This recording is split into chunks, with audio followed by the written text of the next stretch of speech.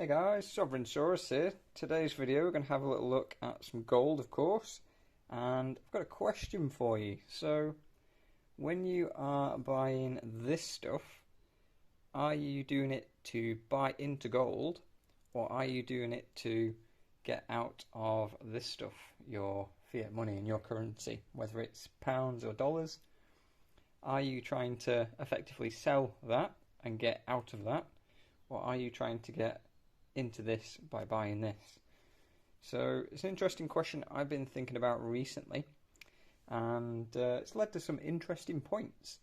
So first of all, there are many different fiat currencies that have existed and obviously do exist, and a lot of them have gone into serious decline of purchasing power, and some even into hyperinflation. So like, we've got a lot of £1,000,000 notes here, and even more, 5 million drachma from Greece. We've got the 1 million mark. We've got Argentina. We've got some places in Central and South America.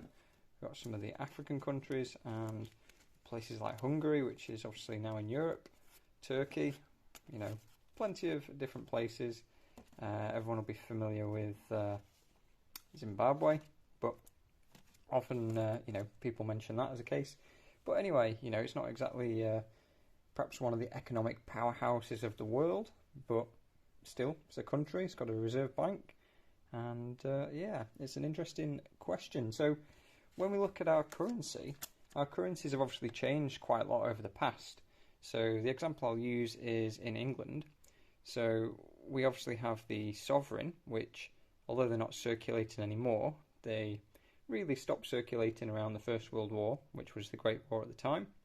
But when you look at the gold sovereign, this has a face value of £1, and then we moved on to the paper pound, if you like. So we had notes, and now we have pound coins. And to be honest, you can't really buy a great deal with a pound coin. You'd really do well to buy a hot drink with one, maybe somewhere very, very cheap. But if you go into a normal cafe, or certainly one of the big brand cafes, takeouts, you're going to be paying multiple pounds. You should be able to buy one with a fiver, I would say. And you'd probably not see a lot of change if you went to a nice cafe with one of these and got yourself coffee and a piece of cake for two. You probably wouldn't see a lot of change there. So I actually have here some of the new £10 notes. These are our new £10 notes in England. I'm just kidding, but it's not far off. What you could buy with £10 in the past, 10 of these, is not far off, needing a £50 note. It's funny, actually, in the UK, people are using cash less and less in general. I like to use cash. It's good. You can kind of see what you've got in your hand and see what you're spending, rather than just numbers on the screen. But interestingly enough, here is enough to buy a 1 ounce coin at the current market price, around about £1,500. And earlier in the year, we were able to buy gold closer to the 1,300. So I actually bought this last year, but this was just over £1,300 at the time, about 1,340 perhaps. And at the time, the gold price in US dollar terms was similar to what it is today. So the reason why this one cost me 1,500 or thereabouts, and this one cost me 1,300, is obviously the gold price went up, but it has since come down again in US dollar terms. Now in pound terms, because the pound has lost strength versus the dollar, we're still paying relatively high gold prices. We're still within like $100 of our all-time high. We're about £70 off it.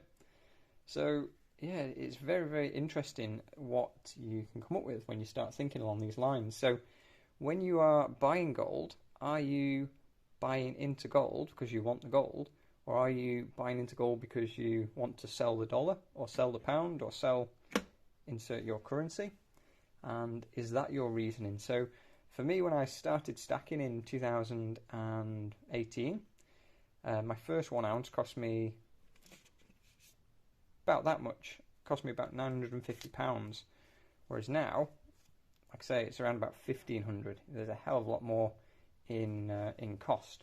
Now, what you're buying is essentially the same, like if you're buying a unit of electricity, or if you're buying a tank of fuel, if you're buying, a sandwich, that is the same. It's still got the same calories in it, it's still got the same, amount of fuel in your tank, but obviously it costs more. So this 1 ounce of gold is still the same 1 ounce of gold as it was in 1974. The cost is, in terms of fiat, far higher. So for me, the main question that came up from this topic is, like I say, how much I want to put into gold versus how much I want to take out of fiat. Now, remember, it's always important to hold some fiat currencies, because that's generally what we have to use to buy things and spend, pay our taxes, etc.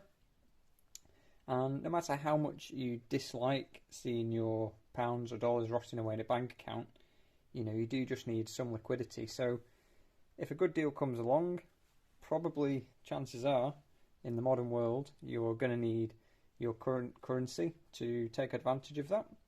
And for me, I don't mind holding a little bit of excess into gold, but ultimately, we do just need to maintain liquidity. So good thing about gold, it's easy to liquidate. It can easily end up back into the pounds, and then you are good to roll on your next deal. So obviously do buy other assets, and the aim of those is to generate more cash flow, to generate capital gains. The things I don't like about gold, for example, this 1 ounce coin, it is still a 1 ounce coin, the same as the day I bought it. So it doesn't, multiply or grow. It's not got any heavier, unfortunately. It's still just 1 ounce. It's not kicking off any of this each month. And I'm basically hoping that it maintains its value against this stuff which is going down. So if you've got money in the bank, obviously, compared to last year, you're effectively getting one of these and just screwing it up, throwing it away. Because the spending power of this, although the number in the bank is the same, the spending power and what you can buy with this is far, far less. So I know we talk about Zimbabwe a bit here in the stacking community, but I guess they weren't expecting, their currency to go to like wheelbarrow money, where they have to wheelbarrow it round to buy anything. Not saying it's going to happen in the UK, in many of the developed countries that are currently seeing high costs of living and high inflation levels, but I guess it could. We've gone from this beautiful gold money down to paper money, down to base metals, and now even many of us don't see real money. We don't see even the paper, we just see the numbers on the screen. So really interesting topic. I'd love to know your thoughts, and yeah, curious, are you getting out of fiat, or are you getting into gold, or is it a mixture of both? Let's talk soon.